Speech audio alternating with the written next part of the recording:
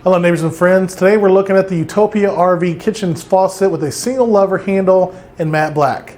I'm Steve and let's get into it. So folks, this faucet here will let you replace or upgrade your kitchen faucet in your RV or camper. It is a single lever style handle, as you see here. So you can go hot, cold, on, off. And it has inside of it a maintenance-free ceramic disc that's inside this whole housing here.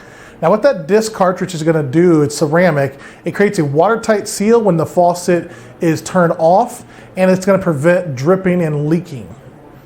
Now everything here is a durable rust-proof stainless steel construction with that matte black finish, so you don't have to worry about rust, corrosion, those kind of things. It's what we call a one-hole installation, so most kitchen faucets used to have a couple holes and a centerpiece that you're used to. This way you just have to do one center hole. Now you will need what's called tile and tub caulk that's sold separately. You can get that here at etrailer.com or get it from your local hardware store or your local store. Now this is CUPC and NSF 61-9 compliant.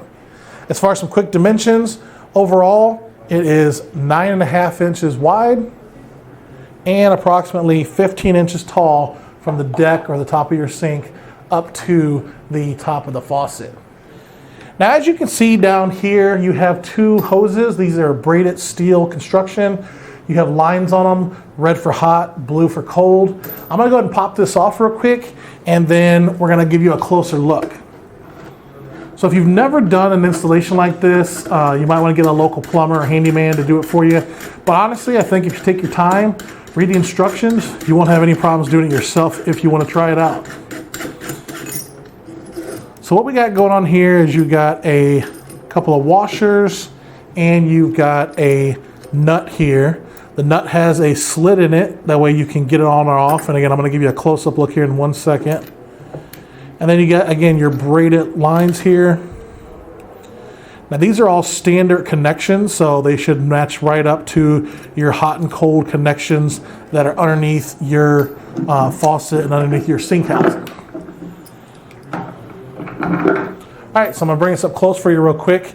So again, you've got hot and cold with the threaded ends. These are a steel braided line that's a lot more durable than the plastic ones that are out there on the market. As you can see, again, this one has red lines, that's your hot water. And this one has the blue lines, that's your cold. You got the threaded part here. This is what's called your deck plate. What you're gonna do is you'll put this on top of the sink. You'll put a little bit of that tile and tub caulk on this. That way when you put it down on the sink surface and then it tightens down, it makes a watertight seal in here. Then you got two washers. You got a rubber one and a metal. Rubber always goes closest to the faucet, so the rubber goes on first basically. And what you'll do is you'll kind of pull one down shorter to fit them both through. And then you'll have those up in place under the sink. And this guy here is your set nut, and it's got set screws as well. And it's got a slit, that way you can just come right over the cords here and put it on. Now what you would do is you would tighten this up all the way, and then once you get it hand tight, you would then just kind of finish the tightness with these two set screws once you get it up in place. So again, very nice, elegant. You can see the black finish here over the stainless steel. There's a view of the aeration cap here. And again, the single handle lever, on, off, hot, cold, depending on which way you turn it. And this guy could turn all the way around. As you can see, when I spin this, it's not spinning the cords. That's actually something that a lot of faucets don't do, so that's just a little feature. So basically, if you want to mount it with the handle on this side, or if you want to spin it and have the handle mounted this way, you could technically do that. Just keep in mind your hot and cold may be backwards, depending on one side or the other. All right, folks, well, I think that's going to wrap it up for our quick look today. Again, my name is Steven. Thanks for joining me.